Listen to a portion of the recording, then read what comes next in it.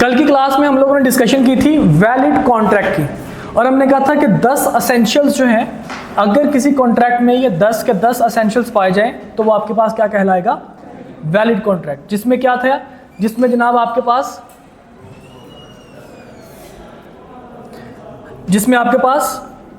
Proper offer and acceptance, उसके बाद legal intention to create legal relation, उसके बाद lawful consideration, lawful objective, free consent, capacity to enter into a contract, possibility to perform, agreement not declared void, certainty, writing and registration. अगर ये 10 essential में से कोई एक असेंशियल अगर available नहीं होता तो वो कॉन्ट्रैक्ट वैलिड नहीं रहेगा, तो फिर वो कॉन्ट्रैक्ट क्या बन जाएगा, वो वैलिड नहीं है तो या फिर वो वॉइड होगा या वॉइडेबल होगा या फिर वो अनइन्फोर्स्ड होगा। अगर 10 के 10 असेंशियल्स कॉन्ट्रैक्ट में गिवन नहीं है तो कॉन्ट्रैक्ट या क्या होगा, वॉइड होगा या फिर वॉइडेबल होगा या फिर अनइन्फोर्स्ड होगा। ठीक है जी। अब देखते हैं कि वॉइड क्या चीज है। वॉइड हमने कहा था दो तरह की चीजें आपको वॉइड नजर आएंगी, एक आपको नजर आएगा वॉइड कॉन्ट्रैक्ट और एक आपको नजर आएगा वॉइड एग्रीमेंट।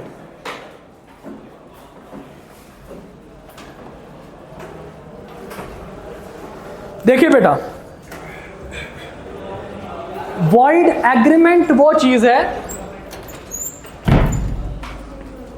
हम कहते हैं जो ऐसा एग्रीमेंट जो शुरू से ही गलत है, मतलब ये कॉन्ट्रैक्ट की नेचर तक पहुंचा ही नहीं, एग्रीमेंट ही गलत हो गया।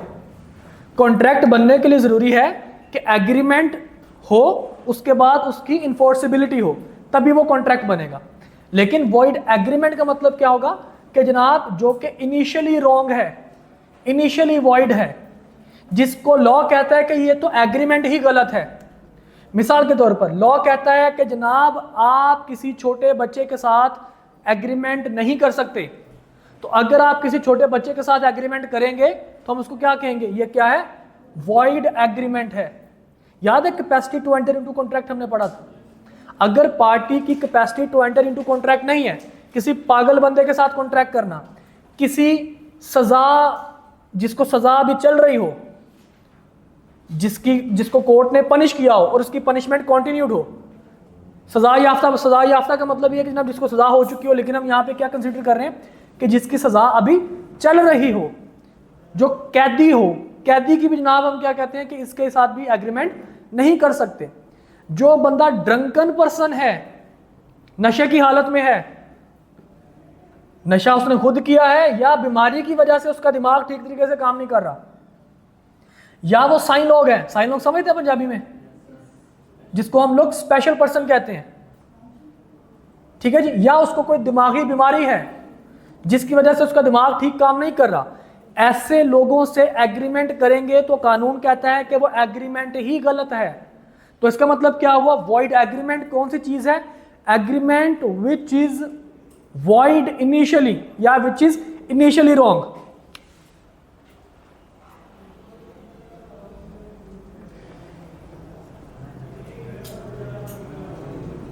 Agreement which is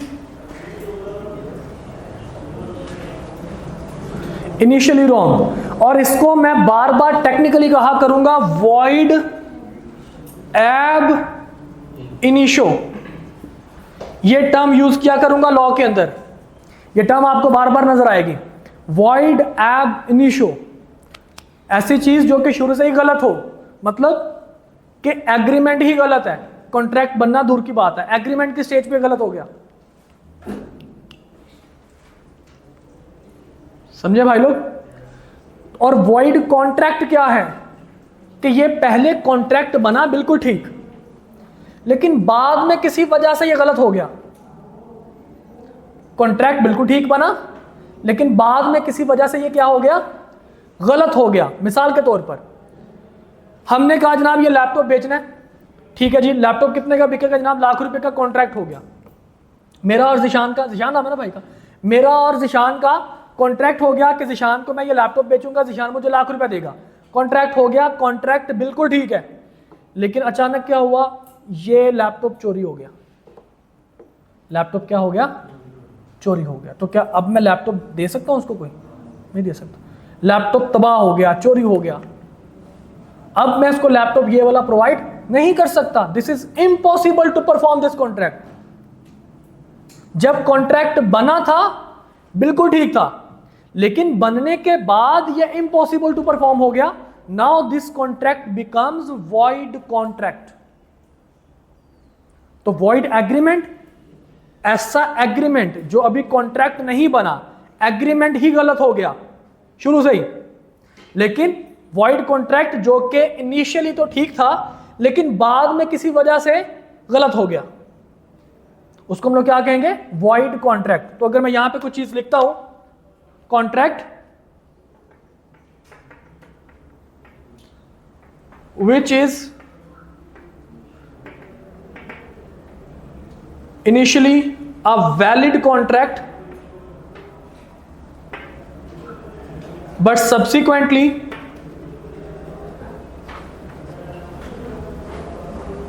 becomes void।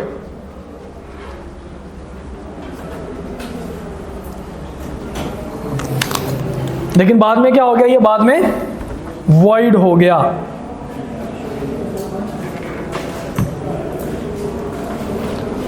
हाँ जी भाई, समझ आई बात?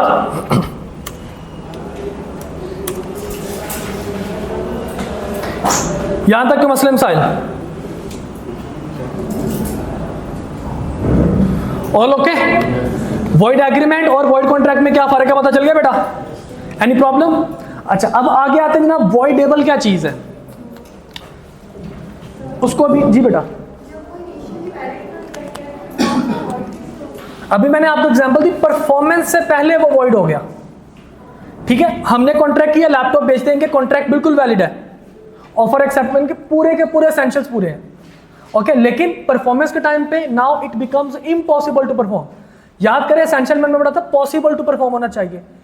कॉन्ट्रैक्ट बनते टाइम पॉसिबल परफॉर्म था, लेकिन एग्जीक्यूशन के टाइम वो क्या हो गया, इम्पॉसिबल टू परफॉर्म। लिहाजा अब ये कॉन्ट्रैक्ट क्या कहलाएगा, वॉइड कॉन्ट्रैक्ट। मतलब कॉन्ट्रैक्ट तो ठीक था लेकिन बाद में किसी वजह से क्या हो गया, वॉइड हो गया। Got it? हाँ जी बेटा। इसके बाद देखिए जरा यहां पे वॉइडेबल क्या चीज है। देखिए वॉइडेबल नाम से आपको क्या लग रहा है, वॉइडेबल क्या होना चाहिए, जो वॉइड हो सकता हो, वॉइडेबल। हम कहते हैं जनाब ऐसा कॉन्ट्रैक्ट कि जो ना तो वॉइड है और ना ही वैलिड है, ये दरमियान में कहीं लटका हुआ है। ये डिपेंड करेगा एग्रीव्ड पार्टी की ऑप्शन पे। अगर तो एग्रीव्ड पार्टी इस कॉन्ट्रैक्ट को कह देती है कि जी वैलिड है तो कॉन्ट्रैक्ट वैलिड बन जाएगा, और अगर ये कह देती है एग्रीव्ड पार्टी के जनाब ये वॉइड है तो कॉन्ट्रैक्ट वॉइड बन जाएगा।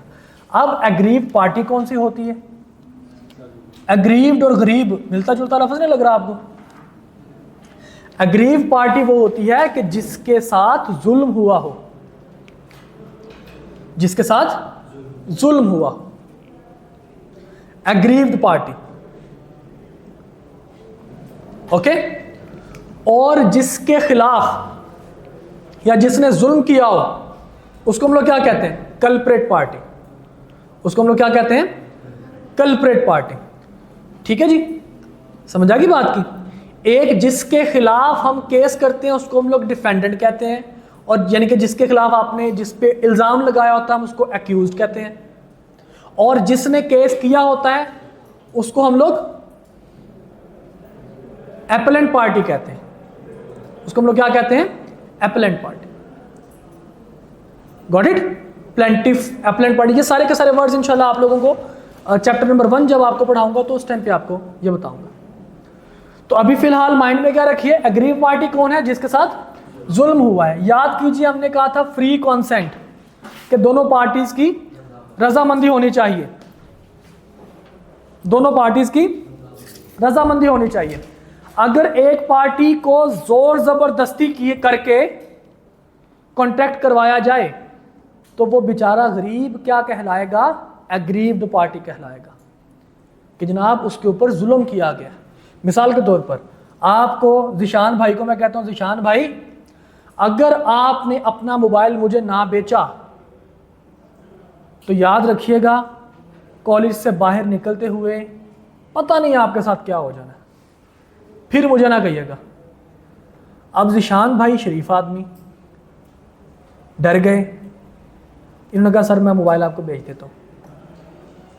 कितने का सर? मैंने कहा ये कोई 2-4 रुपये का। इसने कहा सर मसला ही कोई नहीं, आप फ्री रख लें। मैं कहूँगा आप मर्जी से दे रहे हो? हाँ जी हाँ जी। लेकिन क्या ये मर्जी से फ्री दे रहा है मुझे मोबाइल? नहीं,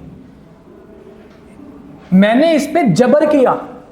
जबर करने का क्या मतलब है? धमकाना भी जबर में आता है, मारना भी जबर में आता है, किसी भी ऐसे अनलॉफुल काम के लिए अगवा करना, अगवा करने की धमकी देना, ये सारा कुछ जबर में आता है, जिसको आप अंग्रेजी में कोर्शन बोलते हैं। ठीक है, तो जनाब पार्टीज की जब रजामंदी नहीं होती, लेट्स सपोज ईशान की रजामंदी नहीं थी मोबाइल बेचने की, लेकिन इसने एग्रीमेंट कर लिया कि मुझे मोबाइल बेच देगा, इवन उसने मुझे मोबाइल दे भी दिया। अब ये चला गया कोर्ट, और कोर्ट में जाकर इसने साबित कर दिया कि सर ने मेरे पे जबर किया, जिसकी वजह से मुझे मजबूरी में मोबाइल देना पड़ा, जज साहब मेरे साथ जुल्म हुआ है, और इसने साबित कर दिया। तो जज साहब कहेंगे हाँ जी भाई आप अग्रीव पार्टी हो, अब आप बताओ क्या चाहते हो? कॉन्ट्रैक्ट को कंटिन्यूड रखना है या कॉन्ट्रैक्ट को खत्म करना है? अगर तो कॉन्ट्रैक्ट को कंटिन्यूड रखना है तो कॉन्ट्रैक्ट हो जाएगा वैलिड, और अगर तो कॉन्ट्रैक्ट को खत्म करना है तो यही कॉन्ट्रैक्ट क्या बन जाएगा? वॉइड। मतलब जब आपके पास contract at the option of aggrieved party हो जाता है तो उसकी वैलिडिटी क्या कहलाती है? वॉइडेबल। उसका स्टेटस क्या कहलाता है? वॉइडेबल। वो एग्रीव पार्टी चाहे तो इसको वैलिड करार दे दे, एग्रीव पार्टी चाहे तो इसको वॉइड करार दे दे। ठीक है, जब तक एग्रीव पार्टी कोई फैसला नहीं लेती तब तक इसका स्टेटस क्या रहता है? वॉइडेबल। Got it? ना ये वैलिड होता है और ना ही ये वॉइड होता है। तो यहां पे हम लिख सकते हैं contract whose validity depends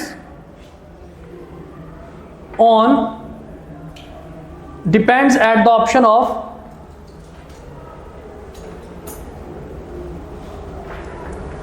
aggrieved party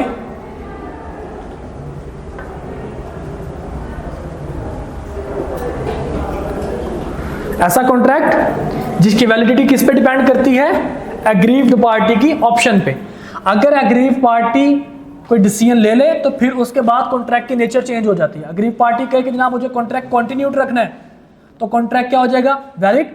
और अगर एग्रीव पार्टी कहे कि मुझे कॉन्ट्रैक्ट खत्म करना है तो कॉन्ट्रैक्ट क्या हो जाएगा? वॉइड। Got it? लेकिन जब तक एग्रीव पार्टी के ऑप्शन पे अभी पेंडिंग है उसका डिसीजन, तो हम उसको क्या कहेंगे कि ये कौन सा कॉन्ट्रैक्ट है? Voidable contract. यहां तक के मसले missile valid, void agreement, void contract और वॉइडेबल कॉन्ट्रैक्ट, इनमें फर्क पता चल गया? पक्की बात है। चलें आगे। इसके बाद जनाब आपके पास है अनइन्फोर्स्ड कॉन्ट्रैक्ट। ये ऐसे कॉन्ट्रैक्ट होते हैं जो कि बिल्कुल ठीक हैं, लेकिन टेक्निकल डेफिशिएंसी की वजह से ये इन्फोर्स्ड नहीं होते। अगर वो टेक्निकल डेफिशिएंसी दूर कर दी जाए तो ये कॉन्ट्रैक्ट बिल्कुल इन्फोर्सेबल हो जाएंगे। मिसाल के तौर पर हमने कहा कि शादी, मैरिज एग्रीमेंट, मैरिज शादी करना, अगर एक बंदा एक औरत के साथ शादी करता है जुबानी कलामी तो शादी बिल्कुल ठीक है, निकाह हो चुका है, बिल्कुल ठीक है भाई। लेकिन निकाह के टाइम पे जो बातें की थी, एग्रीमेंट किया था, अगर वो जुबानी कलामी किया था तो हम कहेंगे भाई जुबानी कलामी कॉन्ट्रैक्ट हो सकते हैं, लेकिन इस कॉन्ट्रैक्ट को इन्फोर्स करवाने के लिए जरूरी है कि ये राइटिंग में और रजिस्ट्रेशन में होना चाहिए। इसी तरह अगर आपने प्रॉपर्टी किसी दूसरे बंदे को बेचनी है तो आप उसको ये कह दें कि जाओ भाई मैंने तुम्हारे से 5 करोड़ ले लिए और ये प्रॉपर्टी तुम्हारे नाम। जब तक वो लिख के नहीं देगा तब तक उसके नाम पे प्रॉपर्टी ट्रांसफर नहीं हो सकेगी। तो कॉन्ट्रैक्ट कुछ ऐसी नेचर के हैं हमने अभी पढ़ा है बाय फॉर्मेशन एक्सप्रेस कॉन्ट्रैक्ट होते हैं कि जनाब आप जिसको राइटिंग में भी ले आ सकते हैं और बाय वर्ड्स ऑफ माउथ भी हो जाते हैं, ठीक है। लाजमी नहीं कि कॉन्ट्रैक्ट को राइटिंग में लिखें, लेकिन कुछ कॉन्ट्रैक्ट ऐसे हैं जिनको राइटिंग और रजिस्ट्रेशन जिनके लिए जरूरी है। अगर वो राइटिंग एंड रजिस्ट्रेशन में नहीं है तो हम उसको अनइन्फोर्स्ड कॉन्ट्रैक्ट कहेंगे कि जनाब ये अनइन्फोर्स्ड क्यों है, क्योंकि टेक्निकल फॉल्ट है। मिसाल के तौर पर मेरे एक दोस्त हैं, उनका घर जो है उनके मामू ने अपनी बहन को गिफ्ट किया घर, मतलब उनका जिस घर में वो रहते हैं वो उसके मामू का घर था। अब एक भाई ने अपनी बहन को घर गिफ्ट कर दिया बाय वर्ड्स ऑफ माउथ के लो बहन ये घर तुम्हारा है, तुम इस घर में रहो, ये मेरी तरफ से तुम्हारे भाई की तरफ से ये तोहफा है। अब वो तकरीबन पिछले 20 साल से उस घर में रह रहे हैं, लेकिन वो घर अभी भी किसके नाम पे है? मामू के नाम पे। लेकिन मामू, सबको लगता है कि जनाब ये घर इनका ही है, मामू ने गिफ्ट कर दिया था।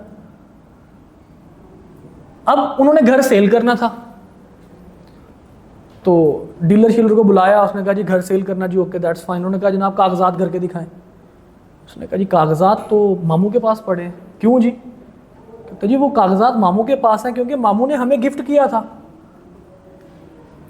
कहते ठीक है आपको दे दिया होगा, मैं मान लेता हूं कि आपके मामू ने आपको घर दे दिया, गिफ्ट कर दिया, लेकिन गिफ्ट को रिकॉर्ड करवाना, रजिस्टर्ड करवाना जरूरी है।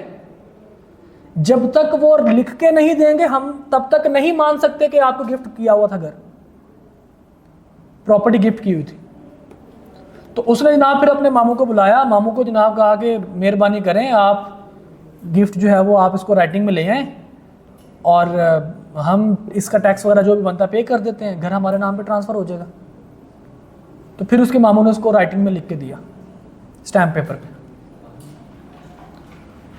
तो जब तक राइटिंग में नहीं लिख के दिया था तब तक कॉन्ट्रैक्ट तो बिल्कुल ठीक था बाय वर्ड्स ऑफ माउथ, लेकिन वो इन्फोर्सेबल नहीं था।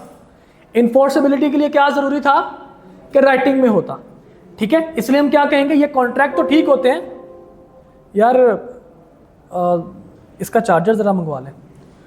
कॉन्ट्रैक्ट तो बिल्कुल ठीक होते हैं but at the same time किसी टेक्निकल डेफिशिएंसी की वजह से ये कॉन्ट्रैक्ट इन्फोर्सेबल नहीं रहते, ठीक है। अगर वो टेक्निकल डेफिशिएंसी दूर कर दी जाए तो कॉन्ट्रैक्ट बिल्कुल इन्फोर्स हो जाएंगे। तो यहां पे हम लिख सकते हैं कॉन्ट्रैक्ट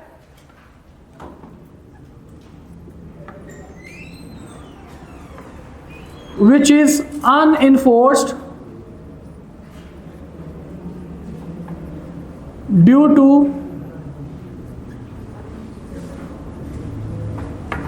technical deficiency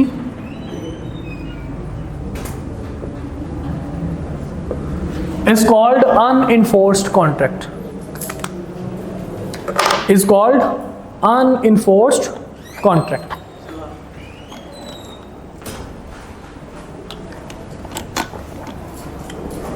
हाँ जी भाई, यहां तक तो मुस्लिम साहिब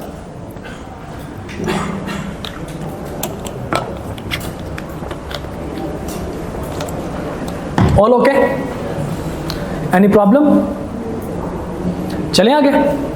अब ये वाले पॉइंट्स जो थे आपकी बुक में क्लियरली नहीं मेंशन थे, ठीक है, इस वजह से हमने इसको लिख लिया। अब हम आपकी बुक से इंशाल्लाह स्टार्ट कर रहे हैं। This is your chapter number 2 contract act. और पहला असेंशियल हमारा क्या था, याद है आप लोगों को? Proper offer and acceptance. उसी के ऊपर हमारा पहला चैप्टर है कॉन्ट्रैक्ट एक्ट का। क्लियर? तो this is offer, acceptance and revocation. तो हमने वर्ड लिखा था proper offer and acceptance. Proper offer and acceptance. Proper का मतलब क्या है कि ऑफर एंड एक्सेप्टेंस के कुछ रूल्स हैं, कुछ इसके लीगल पॉइंट्स हैं। वो लीगल पॉइंट्स फुलफिल होने चाहिए तभी हम इसको ऑफर और एक्सेप्टेंस सही मानेंगे। तो प्रॉपर ऑफर एंड एक्सेप्टेंस के लिए रूल्स हमने इस चैप्टर में इंशाल्लाह डिस्कस करने हैं। तो जनाब हम पढ़ते हैं। सबसे पहला आपके पास पॉइंट है जी, ये डेफिनेशन प्रपोजल की, सारा कुछ उसने बताया। Promise plus acceptance is called promise. उसके बाद जनाब promise plus consideration is called agreement. उसके बाद जनाब agreement plus enforceability is called contract. जो बातें हम पिछली 2 क्लासेस में कर चुके हैं। हमारा जनाब स्टार्ट होता है यहां से ऑफर से। याद कीजिए हमने ऑफर की एक डेफिनेशन पढ़ी थी, क्या थी ऑफर की definition? When a person signifies his willingness to do or not to do something with intention to attain assent of other person। तो देखिए कानून उसको कैसे डिफाइन करता है, when one person signifies to another his willingness to do or to abstain from doing, legal wording हमने कहा था to do or not to do। abstain from doing का मतलब होता है किसी काम करने से रुक जाना, किसी काम करने से रुक जाना। मैं आपसे पूछता हूं, चोरी करने से रुक गए हो? चोरी करने से बाज आ गए हो? जिशान भाई, चोरी करने से बाज आ गए हो? है ना? ठीक है, इसका मतलब क्या है? I am abstained from doing. Abstain from doing, किसी काम करने से रुक जाना। ओके, कहता जी कोई काम करने की अपनी ख्वाहिश जाहिर करे या काम करने से रुक जाए, doing anything with a view to obtaining the assent of that other or such act or abstinence, he is said to make a proposal. The proposal is also called an offer. Got it? किसी किस्म के मसले मसाइल। अब एक offer proper offer कब consider की जाती है? प्रॉपर ऑफर कब कंसिडर की जाती है? कहता जी अगर उसके ये वाले पॉइंट्स फुलफिल हो जाएं तो हम क्या मान लेंगे कि ये ऑफर क्या है? प्रॉपर ऑफर है। कौन से जनाब पॉइंट्स फुलफिल हो जाएं? पॉइंट नंबर 1 कहता जी कोई बंदा अपने आप को ही ऑफर ना करवा रहा हो। मैं जनाब कहूं अपने आप से, चौहान साहब मोबाइल खरीदना है, हाँ क्यों नहीं, कितने का? चौहान साहब लाख रुपए का, हाँ ठीक है। लोग मुझे क्या कहेंगे? क्यों? तो इस वजह से कानून कहता है कि आपकी इज्जत बरकरार रहे। कोई ऑफर जो है वो कोई भी इंसान अपने आप को ऑफर नहीं करवा सकता। Offer can not, a person can not make offer to himself. क्या कौन सी ऑफर करवाते हो अपने आप को? एक मिनट आंसर करता हूं। Is this offer? ये तो गैरत तुम्हारी अंदर से जाग रही है ना, जागनी चाहिए। अच्छा गैरत नहीं जाग रही? नहीं, दोनों भी कहा गैरत नहीं जाग रही। हाँ मतलब ये इंसान से, इंसान का ज़मीर इंसान से जो है वो हम कलाम होता है, तो वो होना ज़रूरी है। क्या ऑफर हुई? क्या ऑफर हुई? कैसे? क्या कौन सी चीज़? कि पेपर पास कर लो?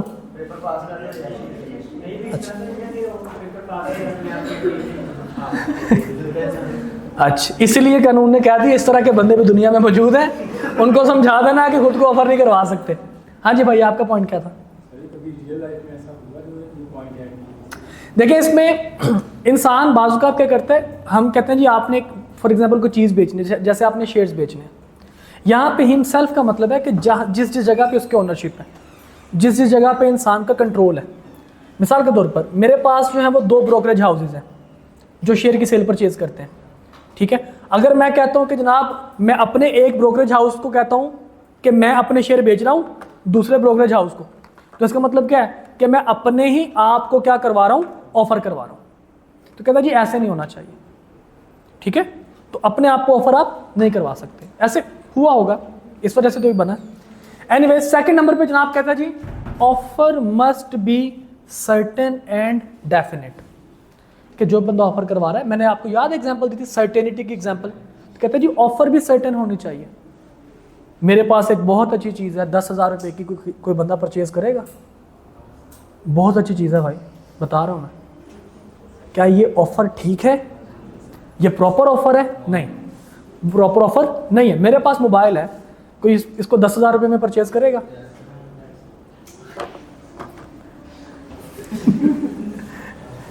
दिस इज, समझा रहा हूं भाई, समझा रहा हूं, this is proper offer. It must be certain and definite.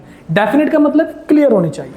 अच्छा उसके बाद कहते हैं जनाब बड़ी मजे की चीज है, An offer may be subject to condition where there are special terms and condition in offer. These must be specifically communicated to other party. बड़ी मजे की चीज़ है, इसके ऊपर आई कैप ने भी केसेस बनाए हैं और इंटरनेशनली भी बहुत ज़्यादा केसेस इसके ऊपर पूछे जाते हैं।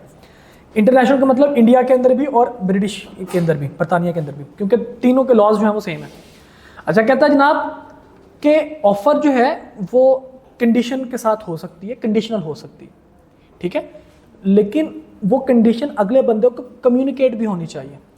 अगर अगले बंदे को वो ऑफर कम्युनिकेट नहीं है तो इट मीन्स के जनाब वो ऑफर वैलिड नहीं होगी।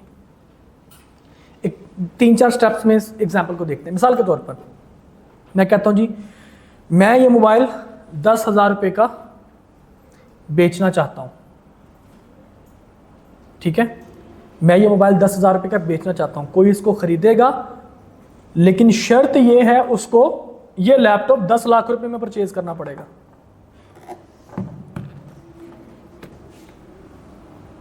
ये क्या है?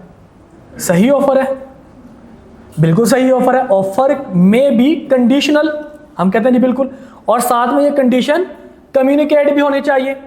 मैं अगर कह देता हूं कि जनाब ये मोबाइल मैं 10,000 रुपये का बेचना चाहता हूं, कोई खरीदेगा, बंदा कहता हाँ जी मैं खरीदता हूं, मैं कहता हूं नहीं, लेकिन इसमें शर्त ये है कि ये लैपटॉप भी 10 लाख रुपए का खरीदो, ये मेरी ऑफर है, तो आप कहेंगे सर अब आपकी ऑफर वैलिड नहीं है क्योंकि इसकी कंडीशन कम्युनिकेट नहीं थी। ओके, इसी तरह जनाब एक केस हुआ, बड़ा मजे का केस ये हुआ कि एक आपको पता है बस कंपनी आपको जब आप टिकट लेते हैं तो वो सामान वगैरह आपका अपनी बस में रखवाते हैं, तो वो उसके साथ आपको एक टोकन देते हैं और जगह जगह पे लिखा होता है सवारी अपने सामान की हिफाजत खुद करे। हम कुछ सिनेरियोज बना लेते हैं। जनाब पहला सिनेरियो,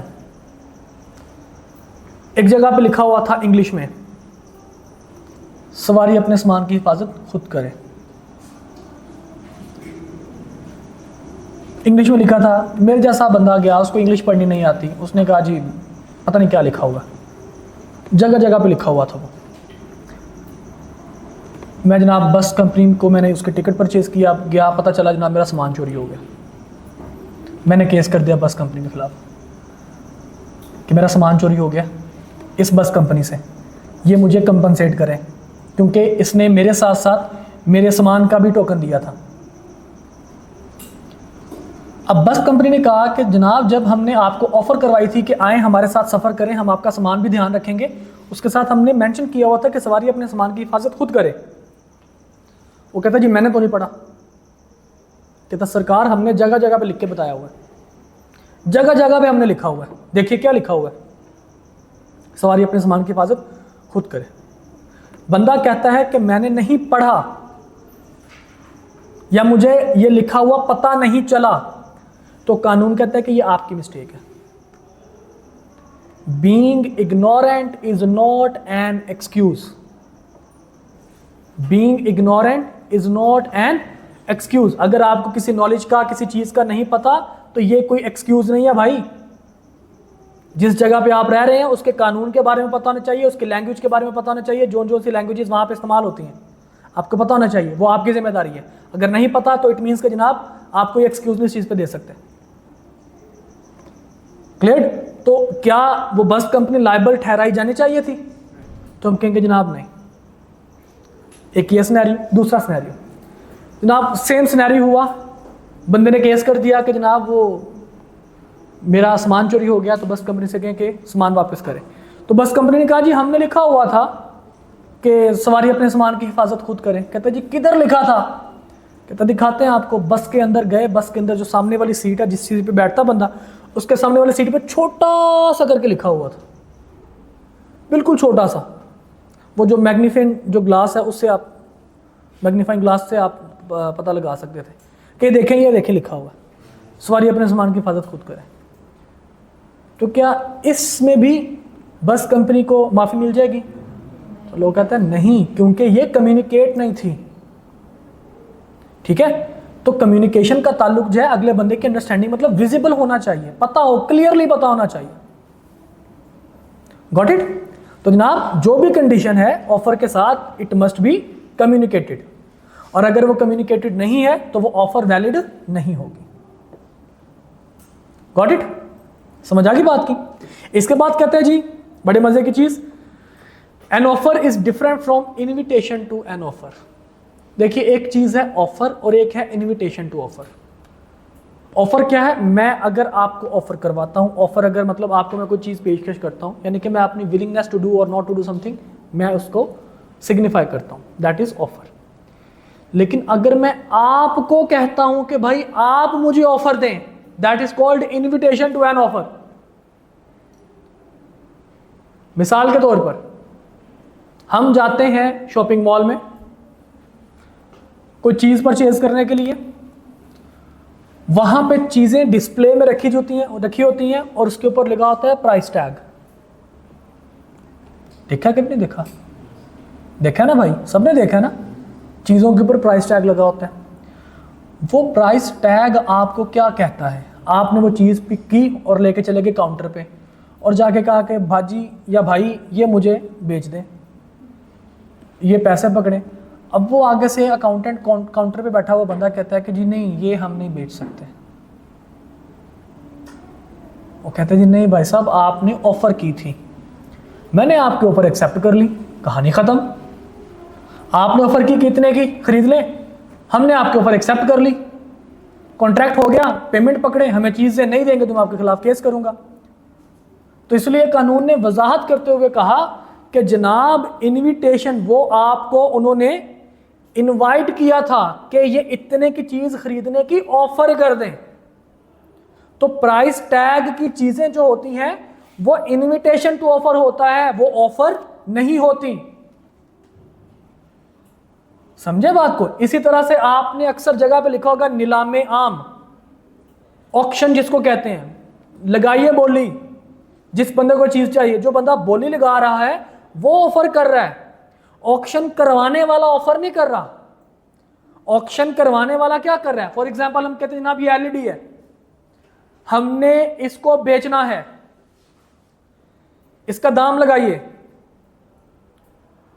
कोई बंदा कहता है जनाब 50,000, कोई बंदा कहता है जी 1 लाख, कोई बंदा कहता है 1.5 lakh.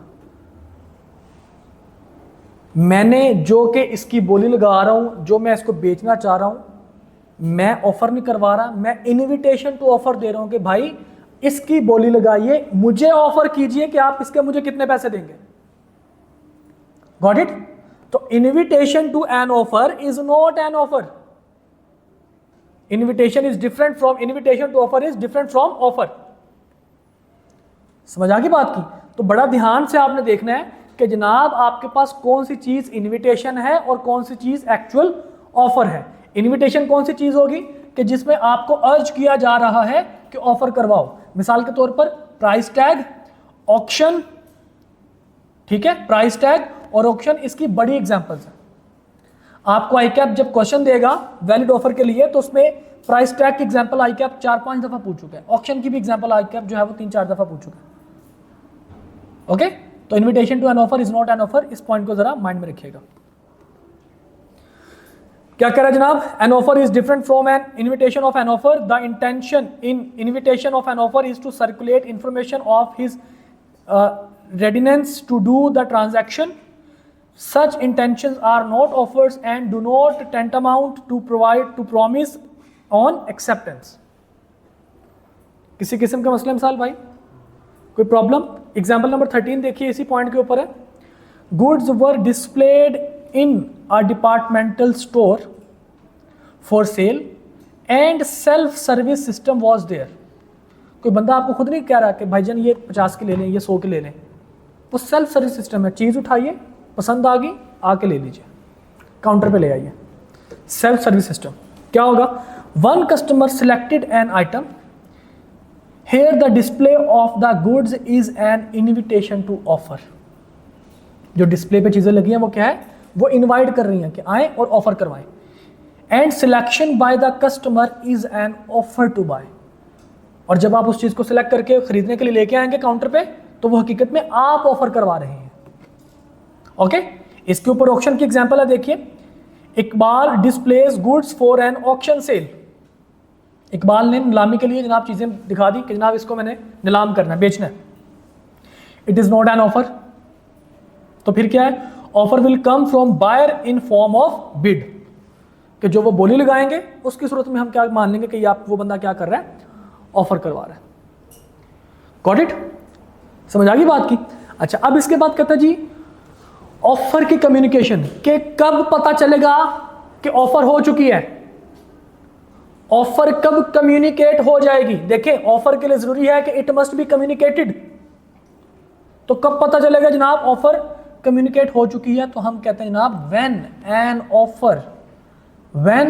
N offer comes to the knowledge of offeree. एक बंदा होता है ऑफरर, हु इज ऑफरर, जो ऑफर करवा रहा है। एक होता है ऑफरी, ऑफरी कौन है, जिसको ऑफर करवाई जा रही हो। ठीक है, जिसको ऑफर करवाई जा रही है, जब उसके नॉलेज में ऑफर आएगी तब हम मानेंगे कि जनाब ये ऑफर हो चुकी है, कम्युनिकेशन कंप्लीट हो चुकी है। गॉट इट, किसी किस्म के मसले मसाइल, कोई प्रॉब्लम, ऑल ओके। अच्छा, अब जरा कम्युनिकेशन को जरा डिटेल में देख लेते हैं। मिसाल के तौर पर हम कहते हैं कि जनाब एक बंदा एक ऑफर करता है, क्या, या मैं ही ऑफर करता हूं, मेरा मोबाइल गुम जाता है, मैं ऑफर करता हूं कि जो बंदा मेरा मोबाइल ढूंढ के लाएगा उसको मैं 5,000 रुपये इनाम दूंगा। जो बंदा मेरा मोबाइल ढूंढ के लाएगा उसको मैं 5,000 रुपये इनाम दूंगा। अब ये मैं बात कर रहा हूं, इधर से जनाब ऑफिस बॉय आता है, कहता सर ये आपका मोबाइल। क्या उस बंदे को वो ऑफर कम्युनिकेट हो चुकी? नहीं हुई। क्यों? क्योंकि उसके नॉलेज में वो ऑफर पहुंची ही नहीं। तो इसका मतलब क्या, मेरी ये वाली ऑफर उस बंदे के लिए थी? नहीं। ऑफर किसके लिए होगी? जिस जिस बंदे को कम्युनिकेट हुई है, यानी कि इस क्लास में बैठे हुए हर बंदे को ऑफर हो गई, क्योंकि आप लोगों को ये ऑफर कम्युनिकेट हो गई है। लेकिन जिस बंदे को ऑफर कम्युनिकेट नहीं हुई, हम क्या कहेंगे कि ये ऑफर हुई नहीं। तो कम्युनिकेशन का ताल्लुक किसके साथ है? नॉलेज के साथ है, कि जनाब आपके पास जिसको ऑफर करवाई जा रही है उसके पास उस ऑफर का नॉलेज आ गया है, उसको पता चल गया है कि जनाब ये ऑफर है, तब हम मानेंगे कि जनाब हमने ये ऑफर कम्युनिकेट कर दी। An offer is communicated, yeah, communication of an offer is completed when it comes to the knowledge of offeree। देखिए क्या कह रहा है, the communication of proposals is deemed to be made by any act or omission of the party proposing by which he intends to communicate such proposal or which has the effect of communicating it। ये सारी की सारी अंग्रेजी लिखने के बाद वो कहता है जी इसका मतलब क्या है। It means that an offer can be made by words spoken और रिटर्न और through conduct of the person. ठीक है, और कब कंप्लीट होगी इसकी कम्युनिकेशन? व्हेन कंप्लीट, नीचे देखिए क्या लिखा हुआ है, the communication of a proposal is complete when it comes to the knowledge of the person to whom it is made.